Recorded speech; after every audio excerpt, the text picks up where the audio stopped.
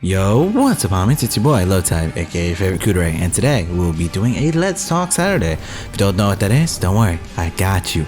A Let's Talk Saturday is where we talk about anything and everything.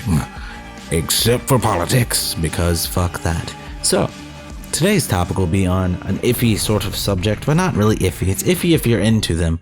One of my favorite gaming genres, it's a weird combination of the three that I like the most, which is shooters, horror, and stealth. We're going to be talking about horror games today.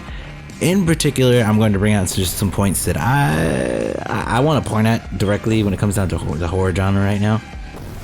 Not even just right now. It's been like this for, in my opinion, a while. It's just something I thought about. Why not get it off my head and see if people have an opinion on it? I want to sort of see if it's just me who feels this way with horror, or is it in general, you know? So the first thing I want to point out was, let's talk mainly about, the first big topic is how horror games break their own immersion / horror, you know, how they make things scary, how they can, they're supposed to be scary, and then they end up breaking off of that and sort of losing their scare factor. So in my opinion, this happens a lot to indie and AAA games. I'm gonna start with indie though.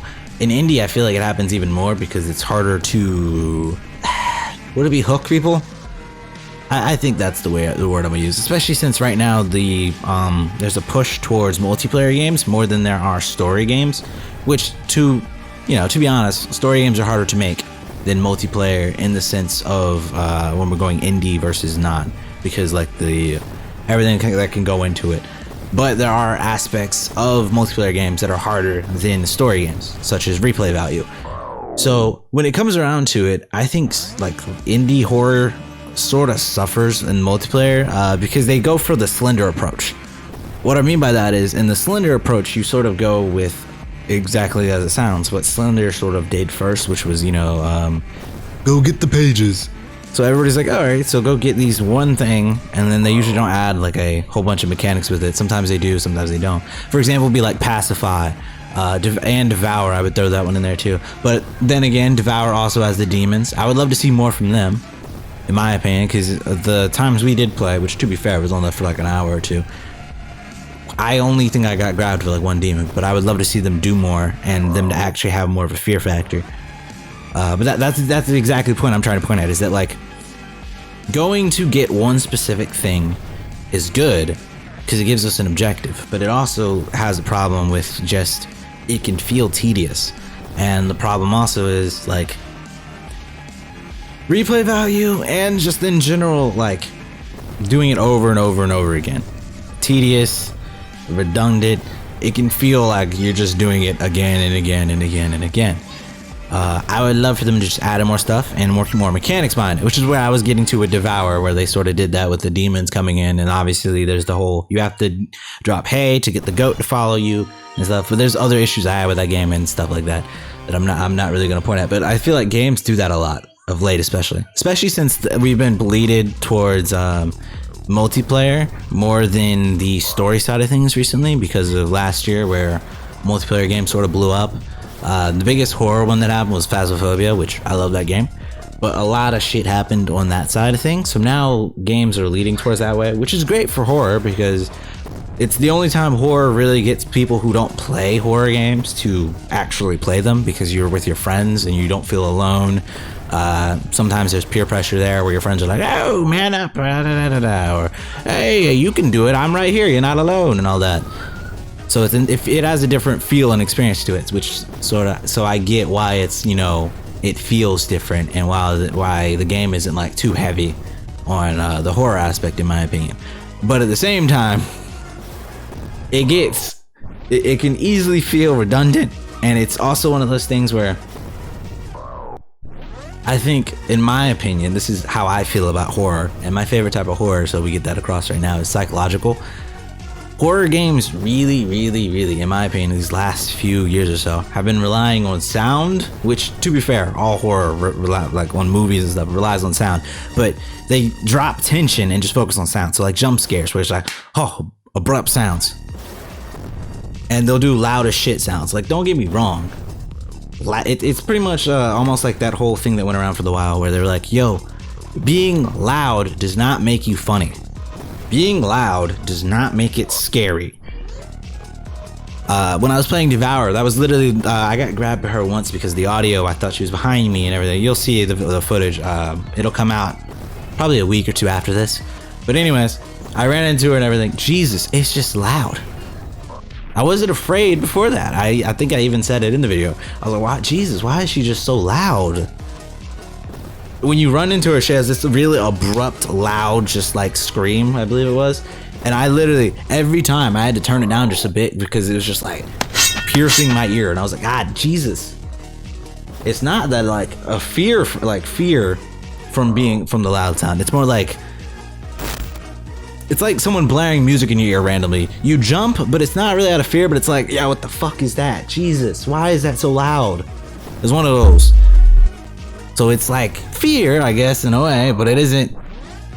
In my opinion, I'm one of those people. I don't like jump scares. I like tension more than jump scares. Jump scares can be used right, or they can be used and try to only dominate, and that's what they've been doing for like the past year or so, somewhat in horror games.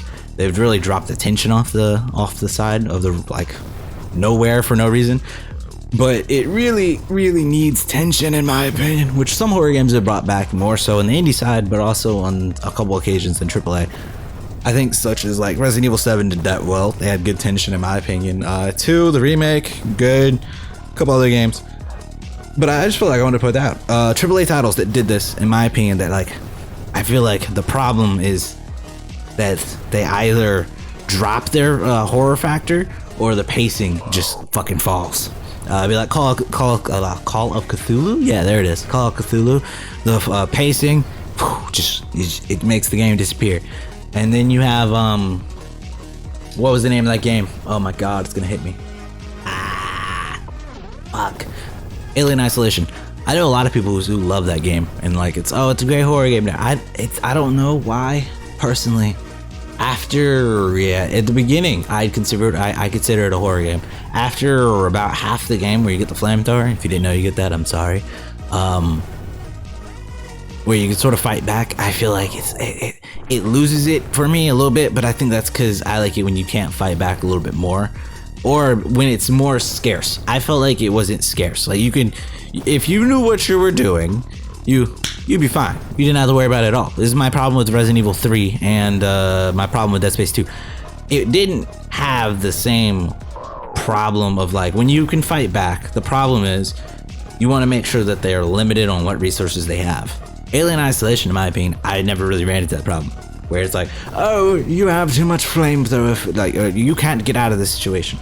It never had that feel. Dead Space, the first one, in my opinion, really sold that. There were many occasions where you either didn't have enough, or you had to consider, is it worth actually wasting this, because you don't know if you're going to have to use it on something else that is bigger around the corner. And everything was a threat in that game. So it's just, in my opinion, getting the pacing right for AAA titles, and that's like a huge thing. And obviously, like I just said, fucking fighting back, I feel like that's been done a lot, but I feel like it's been done wrongly by some. And then another thing I wanted to bring up, I think it's crazy, personally, this is just me throwing out random shit now. I think it's crazy that when we talk about horror games, if people were to recommend you a horror game, right now, it's every game just about that they recommend you is about 10 to 20 years old. Some would be from like 3 to 4 years, but that's crazy to think about. You think about it because it means there hasn't really been a good, big, gigantic horror game in 10 to 20 years. People are like, yo, did you play Dead Space? Dead Space, I think, just hit its like, what, 15-year anniversary? When did that game come out? 2005? 6? Something like that? It's on like its 20-year anniversary. Resident Evil just hit, it's on its way to 25th, right? Yeah. People will say, go play Resident Evil, Silent Hill, what the fuck's another one? Outlast, even the Outlast, which was a more indie horror, that's 2010. People sometimes like note ones from like the recent years, sort of like Layers of Fear got like a little bit of popularity around it. Man of Medan, Until Dawn, with Man of Medan, there's Little Hope as well. That one was technically recent, but a lot of people also were indifferent on Little Hope a little bit. So we really haven't had a super good new horror game. I said new for a reason. We're getting a lot of fucking remakes. That's all. That's a whole other thing to talk about with everything. Jesus, remakes on movies, everything, everywhere. I'm okay with remakes when they're needed, but there are moments when they're not. And of course, at the end of the day, this is all just my opinion. I just sort of want to throw this out there and see if anyone else has anything I want to say on this. Like, is it obvious? Like, obviously, somebody could be like, "Yo, it's just the industry style of like jump scares perform better than tension does because tension is a slower type of gameplay." And if you were to cater the game technically towards streamers or YouTubers, any form of content, clippers, whatever the fuck, jump scares would perform better than tension itself. That's true. So you could argue that. I just love to have like this as a conversation. What's your favorite type of horror game? And you can also say that's probably why my opinion is like this, because I like psychological horror versus shooter horrors, like survival horrors such as Resident Evil, or ones where you can't even fight back, like Outlast. On the indie side, Phasmophobia is one of my favorites. I don't hate Devour. I don't hate Pacify. I don't hate any game, any real horror game off the top of my head. But you know when you love something, you'll point out like the faults of it. That's pretty much how it is. Where it's like, I like it. This is why I don't like it though. Dead Space 2 got to a point where it felt like an action game to me. I've yet to go back to the game, but I plan on doing it soon. See you there, live stream. But you get the point. The point is, like, in my opinion, horror games of late have been either falling flat in pace, relying on jump scares too much, and not focusing on the whole or horror aspect,